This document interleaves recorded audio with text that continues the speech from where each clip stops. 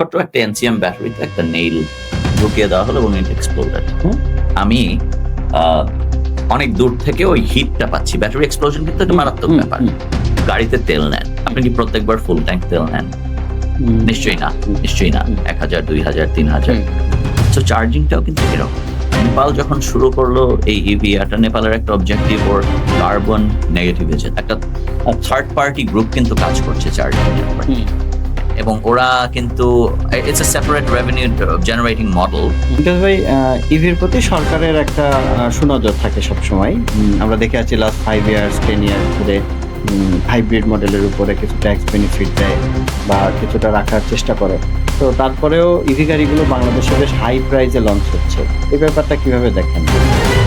High price কি আসলেই inside স্টোরিটা আমরা যে we are filling our pockets with consumer money, it's not that. তাহলে কি আসলেই দাম বেশি? এটা পারসেপশন। আমি এটা আমরা অডিয়েন্সের উপর ছেড়ে দিলাম, অডিয়েন্স কমেন্টসে জানাবে আসলে ইভি গাড়ির দাম বেশি নাকি ঠিক আছে। এই মার্কেটটার এট দ্য সেম টাইম একটা পলিসিগত like what we have seen in Nepal, other countries in neighboring countries. চিন্তা করি আমার কনজিউমার যখন উইন করবে, বুঝেন ভাইয়া, আলটিমেটলি আমি